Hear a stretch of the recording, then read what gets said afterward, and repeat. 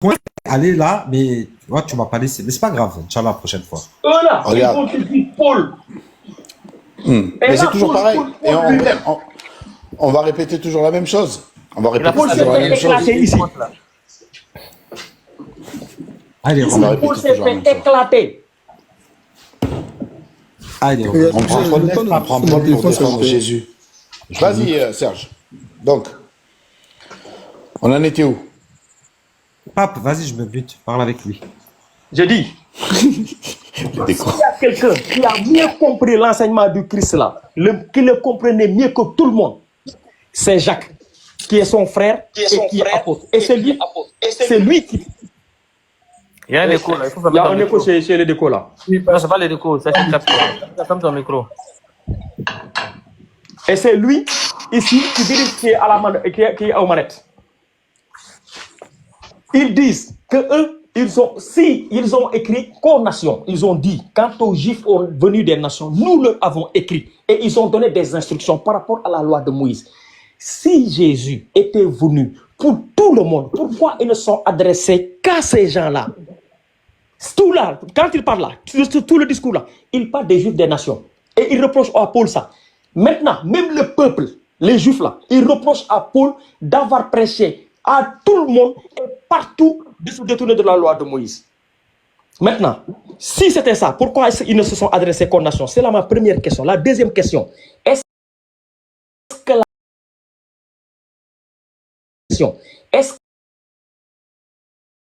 la... Frère, comme j'ai dit là, tu dis que pourquoi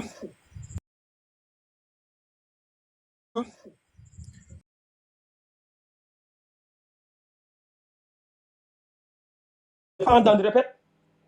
ta question c'est pourquoi est-ce que si le message de Jésus était pour les païens, pourquoi les Non, apôtres j'ai pas dit ça, j'ai pas dit ça. Non. Ça fait 50 fois que je répète la même question.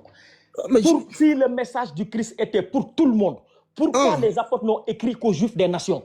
mais c'est ce que j'ai répété. De garder la loi de Moïse. C'est ce que j'ai répété. Tu dis pourquoi est-ce qu'ils ont écrit Moi, je dis aux tout le monde, tu nations? mets mes païens. Moi, je dis Pourquoi tout est-ce le qu'ils ont monde. écrit seulement qu'aux Juifs Ne et pas aux nations? remplace pas mon tout le monde avec païens. J'ai dit, si le message est destiné à tout le monde, pourquoi ils n'ont écrit qu'aux Juifs venus des nations? C'est ma première question. Ma deuxième question, c'est est-ce que la Grèce faisait partie des nations?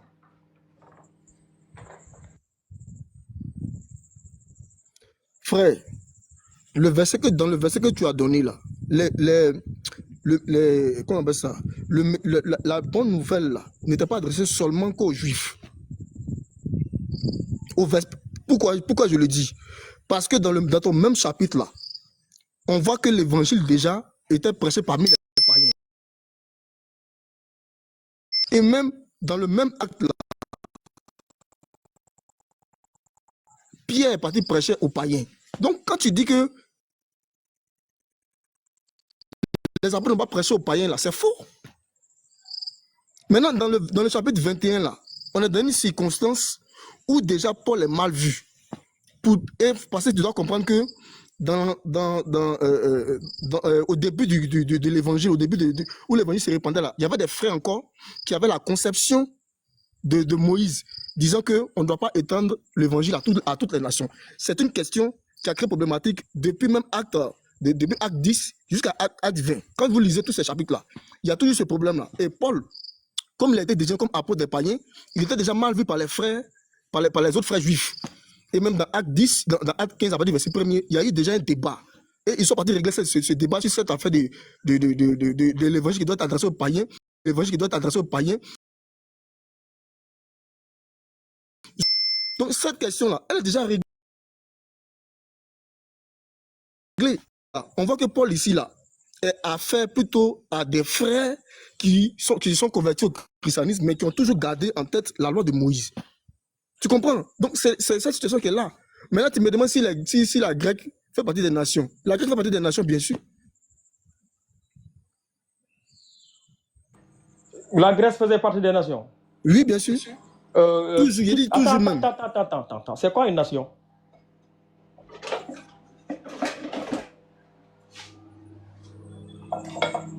C'est quoi une nation? Alors, je vais te donner la définition. je veux dire dans le sens plus large de ce qu'on appelle Non, non, non, une non, non, nation. non, il n'y a pas de puissance plus large. C'est quoi une nation? C'est Mon frère, c'est le français. Tu peux pas, Oui, tu peux pas bien sûr, donner. c'est le français. Oui, oui, il n'y a pas de souci. Y a pas de Mais mal. voilà, toi, tu peux pas me dire, faut Oh, pas faire ça. oh, bro, donne la Ah. définition. Une nation, ça peut être défini comme un groupe de Non, je ne personnes. demande pas comment ça peut être défini. C'est quoi la définition d'une nation? Une nation, là, c'est un groupement d'hommes, Oui. voilà, caractérisés par la même conscience. Ça dit qu'ils ont la même, caractérisés par une même façon de penser. Mhm. C'est ce qu'on appelle une nation. Ah ouais? Ou bien, quand tu veux une communauté politique Mhm. qui est établie sur un territoire, Ils sont qui ont- liés, qui ils ont- sont qui ont liés une même par vision. quoi? Ils sont liés par quoi? Pardon? Ils sont liés par quoi? Par la même vision, par la même conscience, par la même D'accord, il n'y a pas manière de de souci. voir. Il n'y a pas de souci. Est-ce qu'il y a un chef d'une nation? Pardon? Est-ce qu'il y a une différence entre royaume et nation? Est-ce qu'il y a différents... Oui, bien sûr, il y a une différence. Est-ce que la Grèce, dans les temps, c'était un royaume ou c'était une nation? Mais la Grèce, en ce temps, n'était pas un royaume. C'était une C'était un nation. empire. Hein? Non, c'était un empire déchu. C'était un Et les empire. Grecs ont dit quoi? Parce Voilà. qu'en ce moment, on était dans J'ai dit l'empire c'était romain. un empire. Est-ce que empire et nation, c'est la même chose? C'est pas la même chose. Mais pourquoi tu dis que la Grèce était une nation alors? Pourquoi je dis la Grèce était une nation? Mais Tu vois pourquoi? c'est C'est quoi? pourquoi la raison pour laquelle tu vois les Juifs qui sont rentrés dans les Grecs qui sont rentrés dans le temple là. Ils ont tu peux considérer ça comme une souillure. Ça a souillé le temple. Et c'est pas par hasard. Donc eux, ils n'en faisaient pas partie. Ils n'étaient pas concernés. Regarde, Pape, encore mieux. Regarde, CPT, Vas-y les défauts. les Nations Unies, ça représente quoi? Ils n'étaient pas, ils n'étaient pas concernés. Les Grecs dont tu parles là, qui faisaient venir d'un empire là, ils ne faisaient pas partie des nations dont on Non, mais parle. regarde, tu lui poses la question. Les Nations Unies, ça représente l'Amérique ou toute la population? Ah, il y a Askia. Il faut qu'il demande à monter là. Oui, j'ai envoyé l'invitation. Ok, c'est bon. Puis, Ok. Un CPT. Les Nations Unies, ça veut dire quoi? Non, revenons d'abord sur la Grèce. Je pensais que je n'ai pas compris ce qu'il veut démontrer en disant que la Grèce ne fait pas partie des nations. En fait, ils comprennent pas le mot nation dans la Bible. Bon, vas-y, je vous laisse. Étaient concernés par le message. Pourquoi le fait qu'ils soient rentrés dans le temple, ça a été considéré comme une profanation du lieu? Mais parce que, comment on appelle ça? Le message, comment on appelle ça, juif,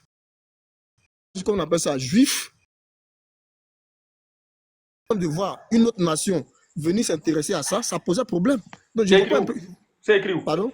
Ce que tu dis là, c'est écrit où? Que quoi? Qu'est-ce que tu veux, Ce que tu viens de dire là, c'est qu'il écrit où? Pardon? Ce que tu viens de dire là, c'est écrit où? Bon, montre-moi où c'est écrit aussi que les juifs n'étaient pas Non, je n'ai pas considérés. demandé ça. Moi, je t'ai montré que le fait qu'ils fait rentrer des juifs, des Grecs, considéré comme une profanation. Toi, tu viens de sortir une histoire. Moi, ce que j'ai montré là, c'est écrit. Que le Mais fait c'est ce que tu as qu'ils dit là soient- que je viens de répéter. Attends, Est-ce qu'il attends. écoute mes Le vérités? fait que Paul ait fait rentrer des Grecs dans le temple, ça a été considéré comme une profanation. Ce que tu as, moi, c'est écrit. Ce que tu as dit là, c'est écrit où? Qu'est-ce que j'ai dit? Tu as dit que les Juifs ne considéraient pas les Grecs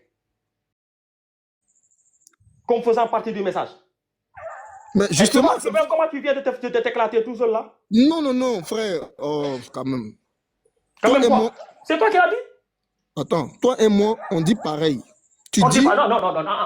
attends, concernant les juifs. Bon, d'accord, on dit pareil. laisser le Maintenant, si les Grecs faisaient partie du message du Christ, pourquoi ici ils sont exclus? Ici, mais c'est ce que je suis en train de t'expliquer. Je t'ai expliqué que les juifs là, les nouveaux convertis au christianisme juif là, ils avaient les préceptes du fait que leur message là ne doit pas être connu de tous. Donc le fait que quelqu'un prenne les Grecs pour venir les introduire dans le message là, ça posait problème. C'est ce que j'ai expliqué depuis le début. Ok, d'accord, il n'y a pas de souci. Y a pas de souci. Ce que tu viens de dire là, attends, d'accord, il n'y a pas de problème. Ce que tu viens de dire là, c'est écrit où? Mais c'est ce que tu as dit là qu'il est répété. Est-ce qu'il écoute quand je parle? Si ça ne posait pas de problème, pourquoi les autres juifs vont se plaindre? Si c'est plaindre, c'est parce qu'ils ne voulaient pas. Aïe! Ils n'acceptaient pas qu'on prenne le message pour aller ailleurs. Et je t'ai dit, bon, si tu veux, allons dans Acte 15. Là, peut-être tu vas mieux comprendre. Regarde, pardon, capitaine. Tu m'entends? Oui. Voilà. Tu vois, ce que tu viens de dire là, ça revient à la première question de l'EDECO, quand il t'a demandé si je ne te dis que je ne mange que des pommes. Et puis après, tu me vois manger autre chose. Est-ce que je deviens un menteur? Pourquoi je le dis? Parce que, est-ce que les apôtres que Jésus avait formés, Jésus avait envoyés là, est-ce que ceux-là devaient prêcher à autre personne que les Juifs? Bien sûr. Ah bon? Oui. Où ça? Ok. Dans Luc 24, verset 46. Il faut lire. Luc 24, à partir du verset 46. Vous avez besoin d'emprunter de l'argent. Oh, c'est quoi ce truc avant? Il y a une sorte de publicité qui me fatigue. Je ne sais pas comment on fait pour enlever ça. Ok, c'est bon. Donc, Luc 24, verset 44, verset 45 à 48. Ok, je lis. Alors, il leur ouvrit l'esprit afin qu'ils comprissent les Écritures. Et il leur dit, parlant de Jésus, ainsi, il a écrit que le Christ souffrirait et qu'il ressusciterait des morts le troisième jour, et que la repentance et le pardon des péchés seraient prêchés en son nom à toutes les nations, à commencer par Jérusalem. Voici qui est clair. Mais attends, selon la Bible, les nations, ça veut dire quoi? Vraiment, c'est ce que je vais demander. Vas-y, les locaux. Selon les nations, selon la Bible. Tu connais un peu la culture juive? Bien sûr. Les nations. Si tu rentres dans les strongs de la Bible, tu connais un peu les strongs de la Bible? Je connais très bien l'histoire des Juifs. Je sais pas, non, les strongs de la Bible. Strong de la Bible, strong. Je connais bien l'histoire des Juifs. Vas-y, je t'écoute. Non, est-ce que tu connais le strong? Frère. Non, mais j'ai pas besoin de te répondre sur ça. Les gars, il faut l'expliquer. Il n'a pas compris. Capitaine. Il n'a pas compris le mot strong. Pas histoire. On n'a pas dit histoire. Pas story. Pas story. On n'a pas dit story, on dit strong. S-T-R-O-N-G-S. Je connais pas. Je connais pas. Vas-y, moi je vous laisse. Il n'a pas compris. On dit strong, tu t'énerves. Il ne faut pas t'énerver. Et bien écouter. Non, je sais pas. Mais t'as pas écouté. Non, regarde, les strongs de la Bible. T'as vu, t'as des commentaires et ça t'aide. T'as des théologiens qui t'expliquent un peu le fonctionnement de la Bible. Le mot nation, selon toi, ça veut dire quoi? À toutes les nations. Le mot nation, à toutes les nations, ça concerne, enfin, nation comme nation. Alors voilà, prêcher à toutes les nations. Je sais pas regarde, si je te dis, moi, les Nations Unies, ça représente quoi? L'Amérique, les Nations Unies. Bon, là, si tu veux parler du point de vue historique, c'est ça? Non, regarde, les Nations Unies, ça représente quel pays? Parce que si tu parles des États-Unis, les États-Unis, c'était plusieurs consciences. Je n'ai pas dit les États-Unis, je te dis les Nations Unies. C'est plusieurs consciences unies. Ok. Il n'a pas dit les États-Unis. Je sais. Tu vois, je veux dire les Nations Unies. Les Nations Unies. Oui. Est-ce qu'on parle de la Colombie? Voilà, merci beaucoup. Maintenant, les locaux, est-ce que tu as une Bible là-bas? Ou bien, capitaine, en fait, ce qui me fait mal, c'est qu'ils n'étudient pas. Tu vois. Vous savez, ce qu'il faut préciser dans une nation. Et c'est ça qui fera la différence avec un empire. Tu vas voir selon la Bible. Il faut prendre Galates 2:8. Il va voir là, je suis un peu occupé là. La différence avec une nation. Il faut prendre Galates 2:8. Galates 2:8. Un empire, l'empereur, il peut conquérir. Pape. Oui. Moussa qui a commencé une démarche. Il n'a qu'à prendre Galates 2:8. Non, moi, je suis en train d'apporter une petite précision. Oui, ça va clair sur tout. Tout est écrit là, Galates 2:8 là. C'est clair là-bas. Galates 2, le verset 8. Est-ce que Jésus les a envoyés vers tout le monde ou bien Jésus ne les a pas envoyés vers tout le monde? Tu vas voir ça dans Galates 2. Galates 8, hein? Oui. C'est ça? Voilà, vas-y. Galates 2, le verset 8. Voilà. Ok, car celui qui a fait de Pierre apôtre des circoncis a aussi fait de moi l'apôtre des païens. Qui c'était les circoncis? Les circoncis, c'était les juifs, bien sûr. Voilà. Donc maintenant, qui a fait de Pierre apôtre des circoncis? Qui a fait de quoi? De Pierre apôtre des circoncis. C'est Jésus, bien sûr. Comment il a fait? Il a envoyé Pierre vers les circoncis, c'est ça, non? Apôtre des circoncis, s'il a envoyé Pierre vers les circoncis. Oui. Est-ce que Jésus a envoyé ses disciples vers les non-circoncis? Oui, bien sûr, oui. Où? Parce que ici, là, on te dit que Pierre, là, qui est sur la base, même le socle de l'église, là, il a été envoyé aux circoncis. Non, d'abord, Pierre n'est pas la base et le socle de l'église. Donc ici, là, quand on dit il est apôtre... Pierre, je bâtirai mon église.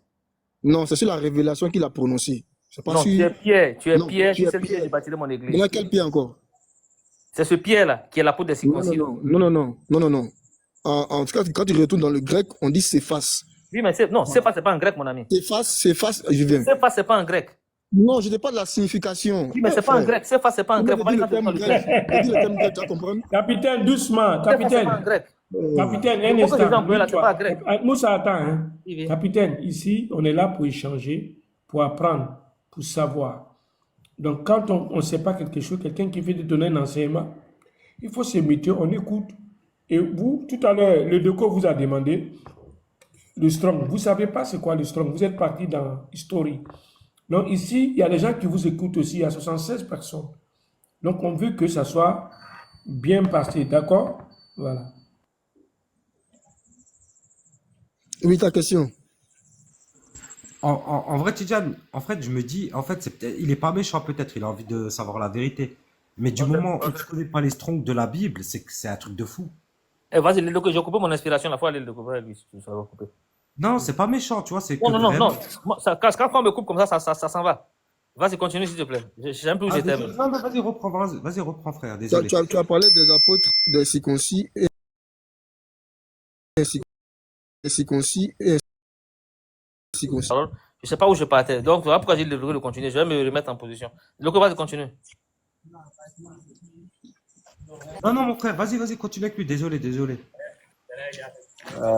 C'est pas ce que j'ai dit. Bon, attends, t'avais donné quel verset? Galate, voilà. Ok, c'est venu, voilà. Maintenant, est-ce que Jésus a envoyé ses disciples vers tout le monde? Et tu m'as donné quel verset?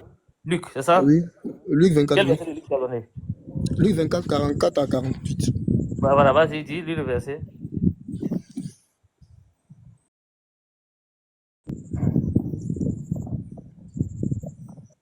Ok, Luc 24, verset, bon, on va lire rapidement 45. Alors, il a ouvert l'esprit afin qu'ils comprissent les Écritures. Et il a dit ainsi, il a écrit que le Christ souffrirait et qu'il ressusciterait des morts le troisième jour. Pause, s'il te plaît, une pause, s'il te plaît. Ça écrit ça écrit où? Il a écrit où que le Christ souffrirait et ressusciterait le troisième jour? C'est écrit où? Je ne comprends pas ta question. Et quand on dit il a écrit que le Christ souffrirait et ressusciterait le troisième jour, cette prophétie-là, ça écrit où? Parce qu'on dit ça écrit où? Est-ce pour savoir si la phrase que tu dis à main courante, c'est vrai ou c'est pas vrai? Parce que quand toi tu lis ça dans Luc, mais Luc dit que c'est écrit. Donc ça veut dire qu'en le disant, on doit trouver ça ailleurs que dans Luc. Et Luc se réfère à cette écriture qui est ailleurs là. Et cette écriture ailleurs là, on trouve ça où? C'est des prophéties qui annoncent dans le psaume, il y a Isaïe 53. Donne-moi le verset précis, s'il te plaît. Le verset qui dit qu'il va souffrir et rester le troisième jour là. C'est ce que je veux voir. Parce que tu as dit que c'est écrit. Ça c'est écrit où qu'on dit il va souffrir et rester le troisième jour. Non, tu vas ailleurs. Non. Aska, attention, il va venir avec la prophétie de Jonas, ça. Non, mais Jonas, c'est pas lui. Non, mais il va venir, attention. Jonas, c'est pas lui, ça n'a rien à voir. Je veux qu'on reste d'abord. Tu m'as demandé de lire l'écriture. Si tu prends un verset, il faut que le verset soit crédible. Non, attends. Ah bon? Vous comprenez un peu? Et si le verset n'est pas crédible, parce que dans la Bible, il y a beaucoup d'incohérences. Donc si c'est pas cohérent, on ne peut pas se baser dessus pour avancer. Justement, c'est ça le souci, parce que moi, c'est mon livre de foi. Non, je vais te dire pourquoi on ne le fait pas. Jésus a dit de sa bouche, je n'ai été envoyé qu'au perdu de la maison d'Israël. Ça, c'est un. Maintenant, si on doit trouver quelque chose qui va contredire Jésus, il faut que ce soit crédible. Parce que sinon, ça devient une contradiction et ça fait de la dichotomie. Pour éviter ça, quand on dit que quelqu'un a dit une chose et puis il y a eu le contraire, parce que quelqu'un qui dit une chose et son contraire, il n'est pas stable. Il n'est pas cohérent. Ça s'appelle l'incohérence. Dit une chose et son contraire. Mais moi, je ne veux pas que Jésus soit incohérent. Je suis incohérent pour moi. Donc, si Jésus dit une chose, celui qui va venir contredire ce que Jésus a dit là, il faut que ce soit assis sur des bases solides.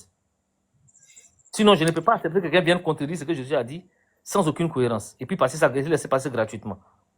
Non. Sinon, si la Bible dit une chose et son contraire, ça démontre une seule chose, la Bible est incohérente.